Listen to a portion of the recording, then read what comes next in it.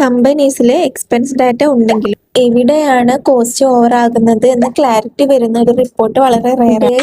CMA USA ads value in cost. നമ്മൾ ഒരു small trading കമ്പനിയുടെ വീക്ക്ലി എക്സ്പെൻസ് ഡാറ്റ എടുത്തിട്ട് അതിൽ നിന്ന് CMA USA style cost control insights എങ്ങനെ ക്രിയേറ്റ് ചെയ്യാമെന്ന്. ഇവിടെ എക്സ്പെൻസ് കാറ്റഗറിയിൽ ഓരോ ടൈപ്പ് എക്സ്പെൻസ് തന്നിട്ടുണ്ട്, അതിന്റെ ആക്ച്വൽ എക്സ്പെൻസും തന്നിട്ടുണ്ട്. ഓൾറെഡി എത്ര വരാൻ ചാൻസ് ഉണ്ട് എന്നൊരു ലെവലിൽ സെറ്റ് ചെയ്തിട്ടുള്ളതാണ് സ്റ്റാൻഡേർഡ് കോസ്റ്റിൽ നിന്ന്. സ്റ്റാൻഡേർഡ് കോസ്റ്റ് കുറയ്ക്കുമ്പോൾ നമുക്ക് എക്സ്പെൻസിൽ ഓവറായിട്ട് എത്ര കോസ്റ്റ് വന്നു എന്ന് നമുക്ക് ഫൈൻഡ് ചെയ്യാനായിട്ട് പറ്റും.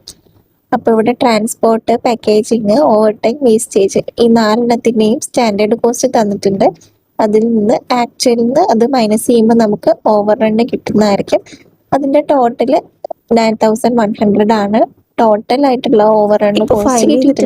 ഓവർ റൺ കോസ്റ്റിൽ നിന്നും ഹൈ ആയിട്ട് നിൽക്കുന്ന 2 ടൈപ്പ് എക്സ്പെൻസ് ഏതൊക്കെയാണെന്ന് ഫൈൻഡ് ചെയ്യാൻ വേണ്ടിയിട്ട് ഫിൽറ്റർ ചെയ്ത് നോക്കാം.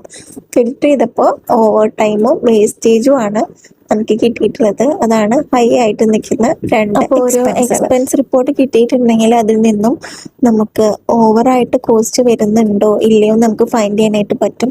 അതുപോലെ തന്നെ അതിൽ ഏതൊക്കെ ഓവറായിട്ട് വരുന്നുണ്ട്, എത്ര ഓവറായിട്ട് നിൽക്കുന്നുണ്ട് എന്നുള്ള കാര്യങ്ങളൊക്കെ ഫൈൻഡ് ചെയ്യാൻ പറ്റും. ഒരു കോസ്റ്റ് റിപ്പോർട്ട് ഒന്ന് കൺസിഡർ ചെയ്യാൻ റെക്കമെൻഡേഷൻസ് കൊടുക്കാം. High overtime labour planning ഇഷ്യൂസിനെ ഇൻഡിക്കേറ്റ് ചെയ്യുന്നതുകൊണ്ട് അത് കുറക്കാനായിട്ട് നമുക്ക് ഷിഫ്റ്റ് ബേസ് ചെയ്തിട്ടുള്ള അലൊക്കേഷൻസ് വേസ്റ്റേജ്, ഒരു പുവർ സ്റ്റോറേജ് ആണ് ഇൻഡിക്കേറ്റ് ചെയ്യുന്നത്. ഇംപ്രൂവ്ഡ് മെറ്റീരിയൽ ഹാൻഡ്ലിംഗ് വഴി വേസ്റ്റ് കുറയ്ക്കാനായിട്ടും. ഇവിടെ ഒരു കമ്പനിയുടെ എക്സ്പെൻസ് ഡാറ്റ എടുത്തിട്ട് കോസ്റ്റ് ഓവർ റൺ പോയിന്റ് ചെയ്ത് കമ്പനിയുടെ പ്രോഫിറ്റ് ആണ് CMA USA ഒരു കമ്പനിയിൽ ആഡ് ചെയ്യുന്ന അനദർ വാല്യൂ.